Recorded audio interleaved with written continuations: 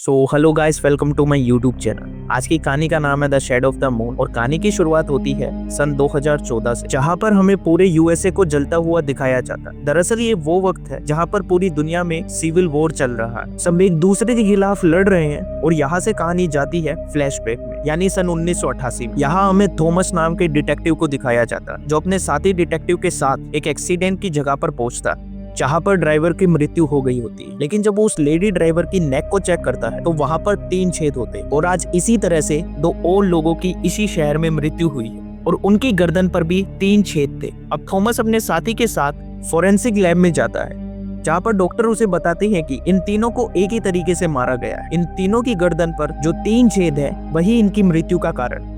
लेकिन हमें पता नहीं लगा कि एग्जैक्टली इन्हें किस तरह से और किस चीज से मारा गया था। तभी थॉमस को पता चलता है कि एक क्लब में एक और लड़की के ऊपर इसी तरह से हमला हुआ और वो अपने साथी के साथ वहां पर पड़ जाता है, जहां पर डिटेक्टिव हाल भी होते हैं, जो कि थॉमस की पत्नी का भाई है। और अब ये उस लड़की से इन्वेस्टिगेशन करते हैं जिसके ऊपर हमला हुआ था। वो लड़की बताती है कि मेरे ऊपर एक लड़की ने हमला किया था, जिसने ब्लू रंग की हुडी पहनी हुई थी। उसके हाथ से खून भी निकल रहा था। और अब जो भी थॉमस और उसके साथियों को सब कुछ बता रही थी, तभी उसकी नेक में दर्द होना शुरू हो जाता और अगले ही पल उसकी मृत्यु हो जाती और एग्जैक्टली उसकी गर्दन पर भी 3 छेद होते। थॉमस समझ जाता है कि इसे इस लड़की ने मारा है जिसने आज 3 और मर्डर किए हैं। और अभी शहर में जितनी भी लड़कियों ने ब्लू रंग की हुडीज पहनी हुई है, ये सबको अरेस्ट करके उनसे इन्वेस्टिगेशन करना शुरू कर देते हैं। और तभी थॉमस की गाड़ी के सामने एक लड़की आती है जिसने ब्लू रंग की हुडी पहनी हुई होती है। उसे देखकर भागने लगती है। वो अपने साथियों के साथ उसका पीछा करने लगता है और वो लड़की भागते भागते एक अंडरग्राउंड रेलवे स्टेशन में पहुंच जाती है, जहां पर थॉमस का साथी उसका सामना करता है, पर वो लड़की उसका पैर तोड़ देती। तभी वहां पर थॉमस भी आ जाता है, जो उस हुडी वाली लड़की को गन पॉइंट पर ले लेता है। वो लड़की कहती है कि तुम्हारी पत्नी प्रेग्नेंट है, आज उसको एक बेटी होगी, जिसके बाद उसकी मृत्यु हो जाएगी। थॉमस उसकी बातों पर विश्वास नहीं करता और अब इन दोनों के बीच में हाथापाई होने शुरू हो जाती है। और लड़की थॉमस की हथकड़ी से उसके हाथ को बांध देती है, पर जब वह जा रही होती है, थॉमस को उसका वह हथियार मिल जाता है जिससे वह सबको मारती है। और वो उस हथियार से उस पर हमला कर देता है, जिसकी वजह से उसका बैलेंस बिगड़ जाता है और वो आई हुई ट्रेन से टकरा जाती है और उसकी मृत्यु हो जाती है। थॉमस ने इस केस को सोल्व कर दिया। और अब जब थॉमस बाहर आता है तो उसे पता चलता है कि उसकी पत्नी को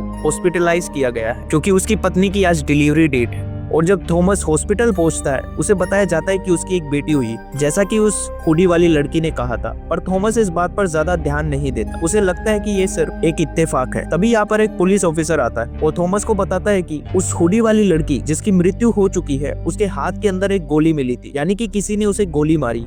और अब थॉमस यहाँ पर खुश है क्योंकि उसकी बेटी ने जन्म लिया है। तभी डॉक्टर उसके पास आता है और बताता है कि डिलीवरी में बहुत सारी कॉम्प्लिकेशंस थी, जिसकी वजह से उन्होंने उसकी बेटी को तो बचा लिया, लेकिन उसकी पत्नी नहीं बच पाई। ये जानकर थॉमस पूरी तरह से शॉक्ड हो जाता है, क्योंकि ब्लू हुडी वाली लड़की ने भी उसे यही बताया था। इसका मतलब यह है कि उस वक्त वो थॉमस को उसका भविष्य बता रही थी। उसे कैसे पता चला? ये सवाल थॉमस के दिमाग में बार बार आ रहा था। कई साल बीत जाते हैं और आज तक थॉमस को उसके सवाल का जवाब नहीं मिला। और ये साल होता है 1999, जब थॉमस की बेटी पूरे 9 साल की हो चुकी है और आज ही के दिन उसकी पत्नी की मृत्यु हुई थी। वो अपनी बेटी को लेकर अपनी पत्नी की ग्रेव पर जाता है, जहाँ पर वो देखता है कि उसकी पत्नी की ग्रेव के ऊपर पहले से किसी ने फूल रखे हुए हैं। उसे लगता है कि या तो उसके साथी ने या उसकी पत्नी के भाई ने ही ये फूल रखे होंगे। वो दोनों को कॉल करके पूछता है, पर उन दोनों में से किसी ने भी फूल नहीं रखे थे। ये फूल आखिर ग्रेव पर किसने रखे, थॉमस को कुछ नहीं पता। और तभी थॉमस को कॉल आता है, उसे बताया जाता है कि शहर में खून हो गया है और यह खून ठीक इसी तरह से हुआ है जैसे आज से 9 साल पहले, यानी कि सन 1988 में हुआ।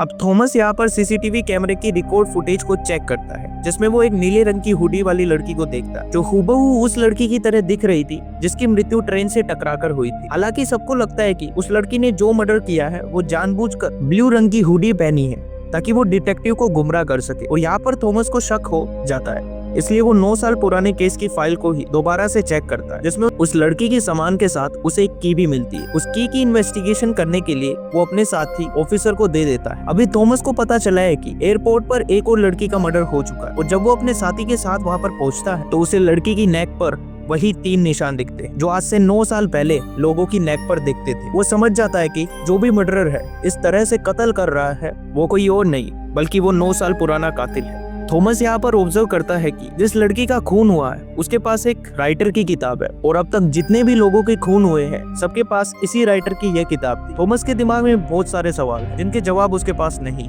उसको यह भी पता चला है कि जो कि उसने इन्वेस्टिगेशन के लिए दी है वो एक प्लेन की है जो कि 1 साल पहले बनाया गया है। थॉमस और भी कंफ्यूज हो जाता है क्योंकि अगर इस प्लेन को 1 साल पहले बनाया गया है तो उस लड़की के पास 9 साल पहले उसकी की कैसे आई। अब थॉमस के पास एक फिजिसिस्ट आते हैं जिनका नाम डॉक्टर नवीन है। वो थॉमस और उसके साथी को बताते हैं कि हर 9 साल के बाद 1 साल ऐसा होता है जब ब्लू मून की ग्रेविटेशनल फोर्स बहुत ज्यादा होती है और अगर कोई चाहे तो इससे टाइम का ब्रिज बनाया जा सकता है जिससे कोई भी पास्ट में टाइम ट्रेवल कर सकता है। थॉमस और उसके साथी को डॉक्टर नवीन की बातें बेकार लगती है इसलिए वो उनकी बातों पर ध्यान नहीं देते और उस जगह आ जाते हैं जहाँ पर वो प्लेन है जिसकी चाबी आज से 9 साल पहले उस ब्लू हुडी वाली लड़की के पास। थॉमस अकेले अंदर जाता है और तभी उसके सामने वही लड़की आ जाती है। वह थॉमस को गन पॉइंट पर ले लेती है और हम इसे देखकर हैरान हो जाते हैं कि 9 साल बीतने के बाद भी उसकी उम्र बिल्कुल नहीं बढ़ी है। वैसे भी 9 साल पहले उसकी मृत्यु हो गई थी और अगर उसकी मृत्यु 9 साल पहले हो चुकी है तो वो जिंदा कैसे है।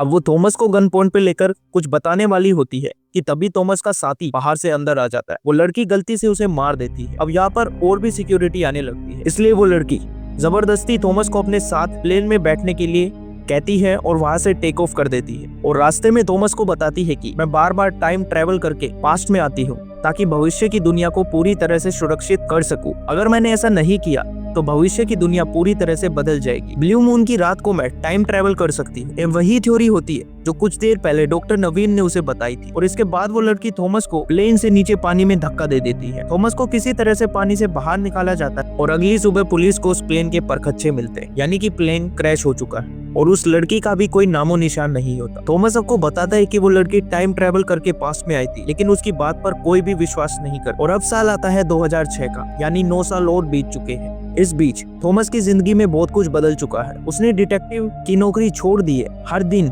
ब्लू मून के बारे में पढ़ता रहता है। पिछले 9 सालों से उसे डॉक्टर नवीन भी कभी नहीं मिले। उसकी बेटी भी अब बड़ी हो चुकी है जो अपने अंकल यानी थॉमस की पत्नी के भाई के साथ रहती जो अभी भी एक डिटेक्टिव है। थॉमस को यह पता चलता है कि 1988 में एक और कत्ल हुआ था जिसे रजिस्टर नहीं किया गया। उस आदमी का नाम है हैरोल और वो उसकी ग्रेव पर जाता है और जब वो हैरोल की ग्रेव को खोदकर उसके स्केलेटन के पीछे चेक करता है तो उसमें भी 3 छेद होते हैं जिससे वो समझ जाता है कि इसे भी इसी कातिल यानी उस ब्लू हुडी वाली लड़की ने मारा है। फिर वो उसके घर जाता है जहाँ पर उसकी पत्नी से मिलता है। उसकी पत्नी बताती है कि मरने से पहले हैरोल्ड एक एक्टिविस्ट ग्रुप चलाता था और उसने एक किताब भी लिखी थी। यहाँ पर हैरोल्ड के पेपर में उसे पता चलता है कि हैरोल्ड का उन सब लोगों से संबंध था जिनकी मृत्यु सन 1988 से 1987 के बीच में हुई थी। हैरोल्ड की एक्स वाइफ अभी भी जिंदा है जो उस एक्टिविस्ट ग्रुप को अभी भी चलाती है। ये जानने के बाद थॉमस समझ जाता है कि अब उसकी बारी है। वह ब्लू हुडी वाली लड़की उसे मारेगी क्योंकि आज ब्लू मून होता है इसलिए वो उसके घर जाता है। पर जब तक वो उसके घर पहुंचता है उसकी मृत्यु हो चुकी होती है। अब वहाँ वो उस हुडी वाली लड़की को देखता है जो कि भाग रही होती है। वो उस पर गोली चलाता है। गोली उसके हाथ में लग भी जाती है। थॉमस उसका पीछा करता है जो कि समंदर के किनारे बने हुए नल के पाइप के अंदर चली गई थी।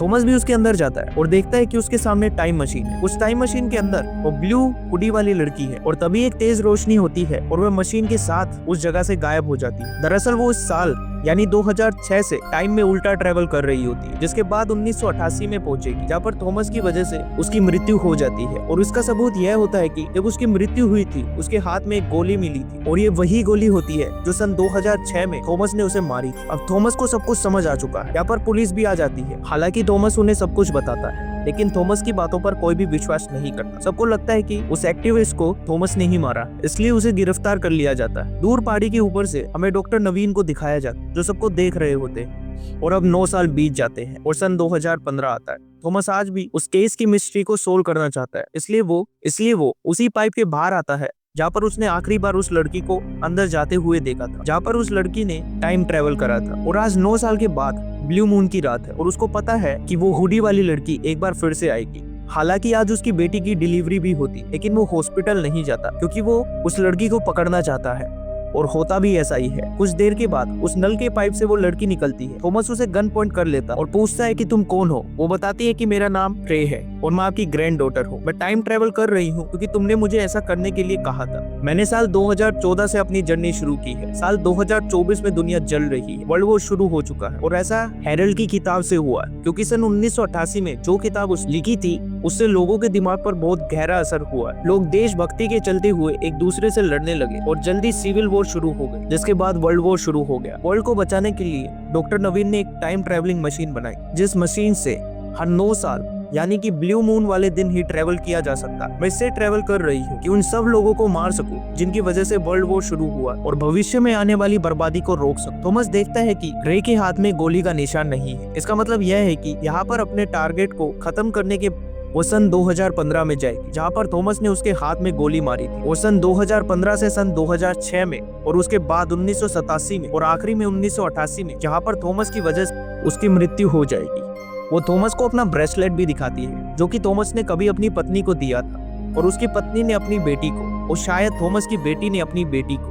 थॉमस यह जान के बहुत दुखी हो जाता है क्योंकि वो ही अपनी ग्रैंड डॉटर का कातिल है। उसकी वजह से 1988 में उसकी ग्रैंड डॉटर की मृत्यु हो जाएगी। वो अपनी ग्रैंड डॉटर से कहता है कि सन 1988 में पहुंचो तो मुझे अपने आप को मारने से रोक ले, और उसके ग्रैंड डॉटर कहती है कि इससे कोई फायदा नहीं है, ये वैसे भी ट्रिप है, मैं एक बार पास में आने के बाद कभी भविष्य में नहीं जा सकती। यहाँ इस वक्त में अपना काम खत्म करने के बाद मैं पास में पीछे 9 साल ट्रेवल करूंगी और सबको खत्म करते करते 1988 में हेरोल्ड को मार दूंगी ताकि वो किताब ना लिख सके और वर्ल्ड वॉर कभी ना हो। थॉमस पूरी सच्चाई जानने के बाद बहुत ज्यादा दुखी हो जाता है। उसकी ग्रैंड डॉटर कहती है कि आप हॉस्पिटल जाओ, आज मेरा जन्म होगा, और वो खुद यहाँ से निकल जाती है। थॉमस उसके बाद हॉस्पिटल जाता है जहाँ पर उसकी ग्रैंड डॉटर का जन्म होता है, जिसे वो बहुत प्यार करता है। वही उसकी ग्रैंड डॉटर 99 साल पास में जाकर सबको मार देती है और वो हेरोल्ड तक पहुंच जाती है जो उस किताब को लिख रहा था। किताब की वजह से वर्ल्ड वॉर शुरू हुआ था, जिस किताब को पढ़ने के बाद कई अमेरिकन का दिमाग पूरी तरह से विद्रोही हो गया था। उस किताब को लिखने से पहले वो हेरोल्ड को मार देती है, जिसके बाद हमें भविष्य का वक्त दिखाया जाता है, यानी कि सन 2024 का,